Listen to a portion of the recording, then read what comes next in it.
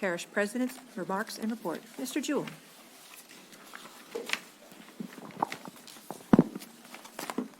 Thank you, Chairwoman. Let Samantha get that opened.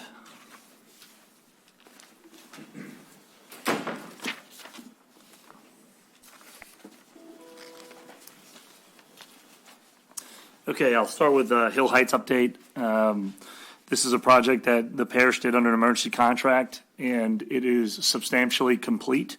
There are a few punch list items left on this project. I wish we had a before and after up there, but we can definitely get y'all some images of the before. The sheet piling that the parish had put in around 10 years ago was laying over nearly horizontally across the canal.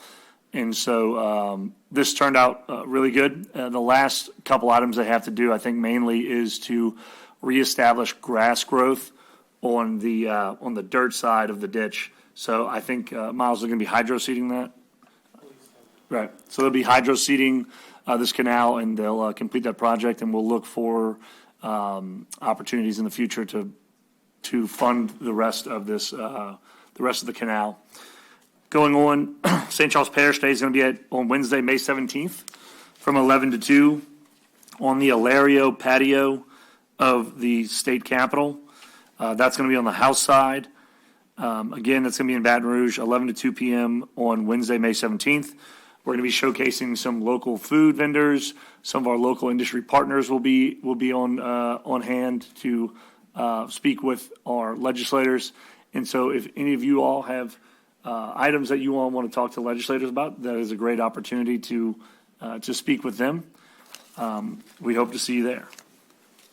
Summer feeding and summer enrichment.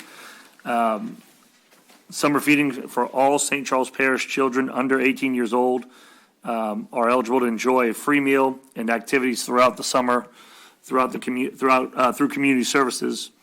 The program is going to run through June 5th through July 13th. Monday through Thursday, 11:30 a.m. to 1:30 p.m. at the St. Rose Elementary and the Career Early Learning Center at 337 Gum Street in Hawnville. So if you have anyone who is interested, or you know anyone whose kids may be eligible, this is a great program because, as we know, some kids, the only time they're getting a good meal is at school. So we want to continue that for as long as we can throughout the summer for the children. Summer line dancing as well will be happening through recreation June 8th. So classes will take place Mondays and Fridays, 5:30 p.m. to 6:30 p.m. Registration is going to be open for everyone 18 years or older, and it's an eight-week session, and it's $10 per person. Baseball and softball playoffs.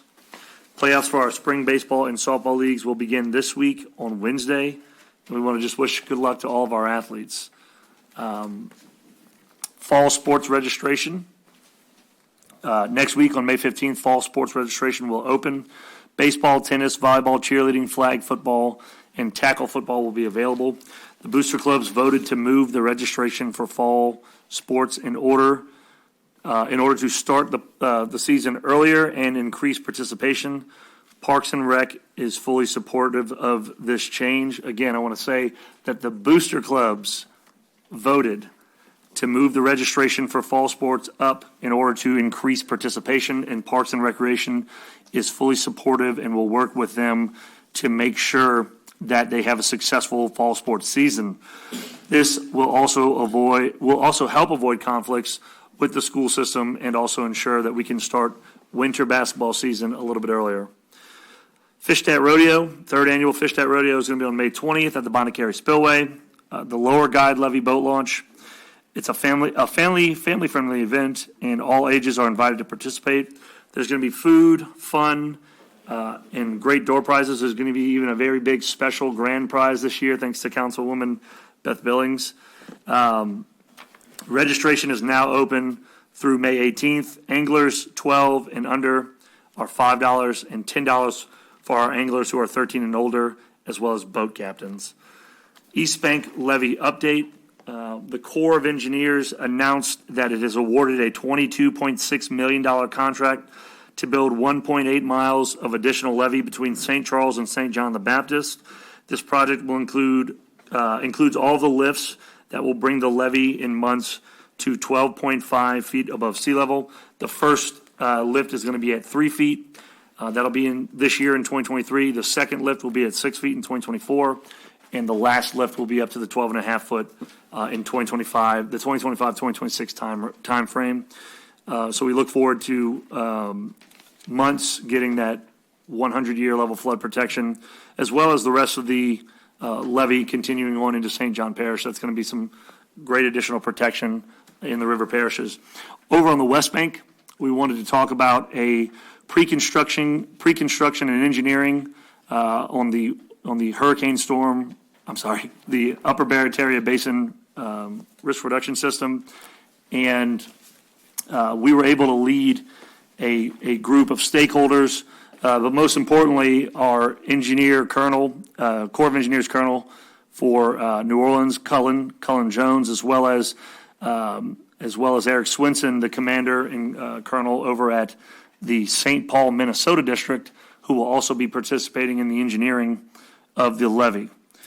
So if you're not familiar, there's a law requiring Congress to spread out the work throughout the core districts, because New Orleans district is always busy, and not all of the other core districts across the state and country have a lot of work to do. So St. Paul, Minnesota will be doing some engineering for us as well. Specifically, the section of levee that they are doing is the section in Lafourche Parish that runs parallel to Highway 90, and that will tie into the des Allemands floodgate. The chief's report recommended that this project was a favorable recommendation for this project, and it was signed in early 2022. And then the Disaster Relief Supplemental Appropriations Act of 2022 provided $8 million to begin the pre-construction and engineering design. The supplemental funding of the pre-construction engineering design phase not only signifies the urgency of the project for the residents, but also underscores the importance of Southeast Louisiana to the nation. We actually posted a great video online that talked about, and basically the Corps said this is the last major component that they believe is required for Southeast Louisiana. And so that was great news to hear, because that means they're taking this project seriously. They're utilizing that money to start that engineering. And it was a great opportunity to lead them on a tour of really the impressive work that we've been able to do here locally through the generosity of our taxpayers by affirming the levee millage. And so they were impressed with what they saw. We showed them some of the areas that we believe are a little bit more tricky, that we would like the Corps to handle. And we also showed them projects that we have currently underway and other projects that we plan to continue to push in the future while they're doing their work. So we're going to keep pushing for funding for this project. It's $1.5 billion to build the levee from Parish Line all the way to Lafourche Parish to tie into Matthews. And we're going to get creative. We're going to ask for partial funding if we can build it in sections, just to keep this project moving forward. So looking forward to hopefully getting that, hopefully us seeing that through. And that's it for my report.